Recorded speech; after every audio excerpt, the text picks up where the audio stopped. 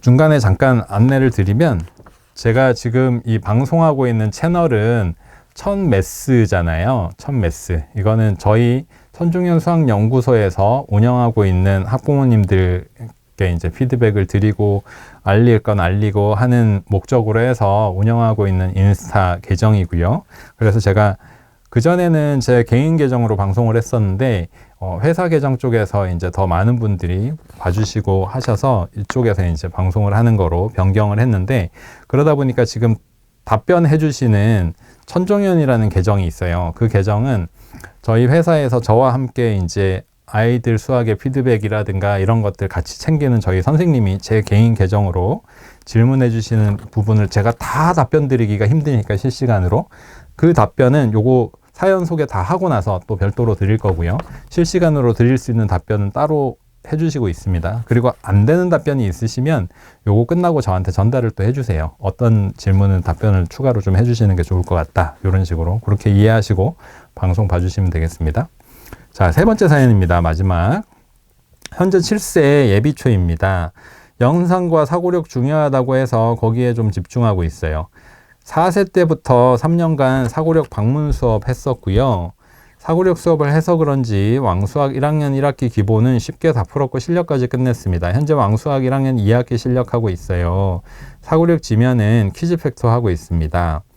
연산은 5세 때 시작해서 2년 동안 방치하다가 최근 4달 만에 소마셈 K단계 끝냈는데 조금 쉬워하는 것 같아서 뛰어넘고 원리셈 1학년으로 바로 들어왔는데 좀 막히더라고요. 연산 문제집을 돌아가서 소마셈 P하고 원리셈 1학년으로 들어가는 게 맞을까요? 아니죠. 원리셈 7, 8세하고 원리셈 1학년으로 가셔야죠.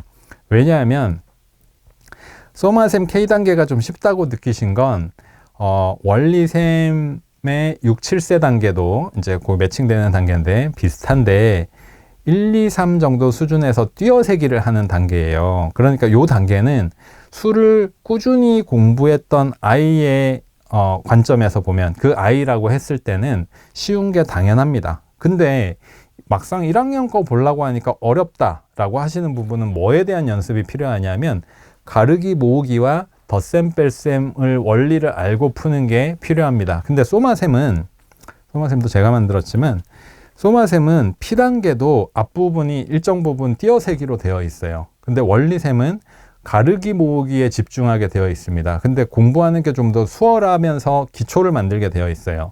소마셈은 띄어세게 되어 있기 때문에 요거는 학습 단계로 보면 띄어세는 단계가 있고 그리고 나서 가르기 모으기로 이 양적인 연산이 되어야 됩니다.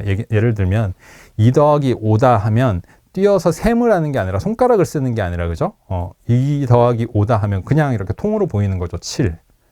2 더하기 5 하면 5보다 이 큰 수네라고 따지는 게 아니라 2와 5가 모이면 7이다 라고 하는 게 돼야 되는 거죠. 그래서 원리셈 7, 8세 단계가 시작부터 앞에 단계에서 띄어세기로 하는 연산의 기초는 마치고 7, 8세 단계에서는 가르기 모으기 집중 그리고 받아올림 없는 한 자리 연산 그리고 나서 마지막에 받아올림에 대한 원리를 쉽게 배웁니다. 그리고 1학년은 전체적으로 연습하는 교재예요. 그러니까 지금 원리셈 1학년에 막히셨으면 원리셈 7, 8세 단계를 하고 나서 1학년을 풀면 잘 풀 거예요.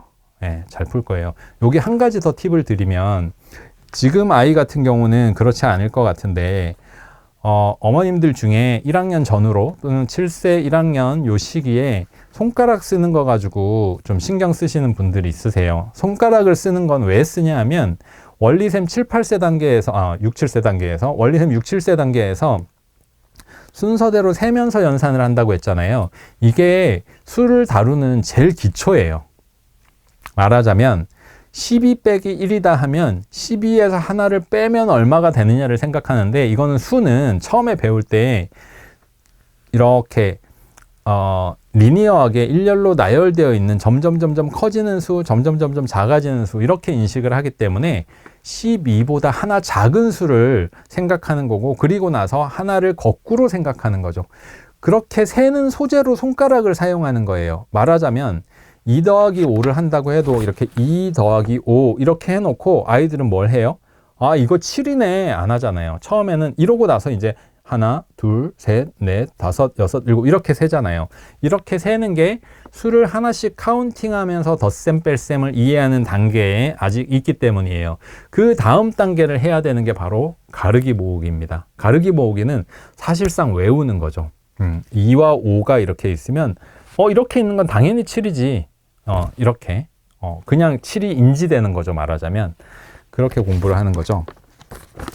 그런 과정들에 대한 이해도 이해하시면 아이를 어떤 식으로 연산을 그 1학년 전후에 이끌지도 좀 아시면서 교재를 선택하실 수 있을 거고요. 가르쳐 줄 때도 그렇고. 그래서 손가락을 쓰는 건 무조건 안 돼 하기보다는 아이가 아직 세는구나. 그럼 가르기 모으기를 좀 더 노력하면서 자연스럽게 없어지게 해야 되겠다. 이렇게 하시는 게 좋고, 어떤 학습지 중에는 그렇게 하기 위해서 손가락을 못 쓰게 하는 경우가 있는데, 저는 이제 아이들의 수학적인 자존감과 이런 부분들도 되게 신경을 쓰거든요. 그래서 뭘 못하게 한다 이런 부분보다는 이걸 함으로써 이게 자연스럽게 발전되어 가게 한다. 그리고 아이와 그런 얘기를 나눈다. 뭐 이런 쪽을 더 선호하는 편입니다. 다음으로 이어지는 말씀이, 제가 말하는 원리셈을 하며 막힌다라는 기준은 생각하는 시간이 길어지고 한 자릿수 더하기 한 자릿수는 바로바로 나오는데 올림이 없는 두 자릿수 더하기 한 자릿수는 힘들어합니다. 이거는 자릿수에 대한 개념이 좀 어렵기 때문이에요. 생수에서 그런지 예를 들면 2 더하기 6이나 22 더하기 6은 바로바로 나오는데 72 더하기 6은 시간이 걸리더라고요. 10의 자릿수가 커지면 멈칫하는 게 보였어요. 지금 하는 문제집의 바로 잡아야 될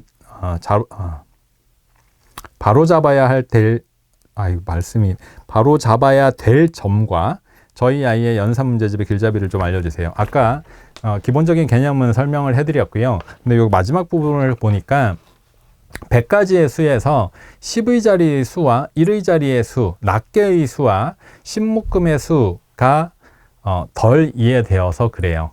그래서 22 더하기 6과 72 더하기 6에 같은 원리로 된다라는 설명을 충분히 해주셔도 됩니다. 원리셈에 보면 그림이 나와 있잖아요.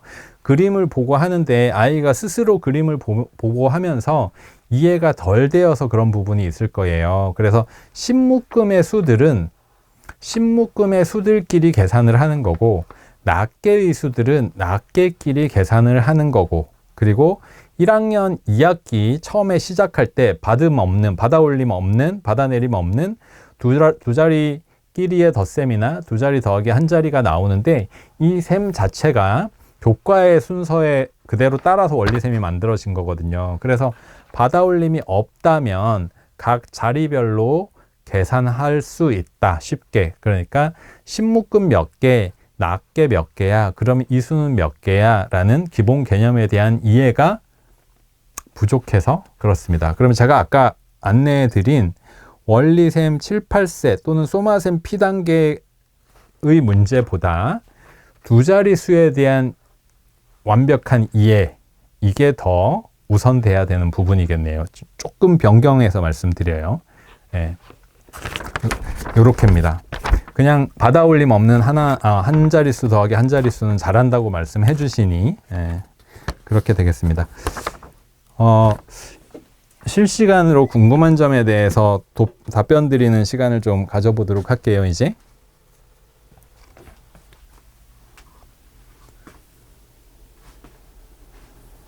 제가 여기 보이는 것부터 말씀드리겠습니다. 지금부터. 초사 수학 시험 치면 도형이 부족한 듯해요. 교재 단계 추천 부탁해드려요. 저는 사실은 도형이라고 말씀하셨지만 따라하면 풀리는 초등수학을 추천해드리고 싶습니다. 도형을 풀 때도 도형을 바라보는 시각, 그 다음에 어려운 문제들에서는 도형을 어떤 방식으로 생각해야 문제가 풀린다, 이런 구체적인 디테일함이 필요한데, 플라토를 추천해 드릴 수는 있는데 플라토는 사실 깊이 있는 문제 해결은 빠져 있어요. 그래서 도형이지만 따프를 추천해 드리고 싶습니다. 3학년 개념서 추천 부탁드립니다. 교과에서 개념서는 2학년까지는 개념서 그다지 하지 않아도 됩니다 라고 말씀드리지만 3학년 이상에서는 수학을 잘 하는 아이라면 디딤돌 응용 뭐 중간 정도다 해서 기초는 분명하게 해야 된다 라고 하면 디딤돌 기본 응용을 추천해 드리고 싶어요.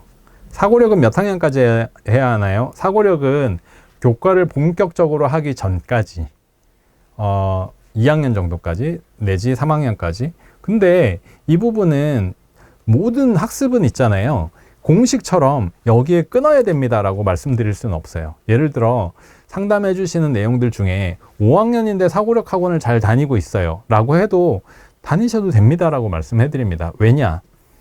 교과를 잘 하고 있다면 사고력은 어떤 엑스트라의 심화가 돼야 돼요. 심화의 한 가지로 생각하고 해야 되는 거예요. 그래서 사고력은 몇 학년 이상이면 하면 안 돼가 아니라 사고력은 심화고 교과 이상을 요구하는 심화입니다. 그래서 교과를 중심으로 해야 될 것이 초3부터이고 교과를 중심으로 하는 학습의 양도 오늘 상담 시작하면서 말씀드린 것처럼 큰 학원들이 아이들을 잘 이끌려고 그리고 공부도 좀 많이 시켜야 돼 라고 하는 학원들이 학습시키는 양이 3, 4개월에 문제집 4권 정도를 요구를 해요.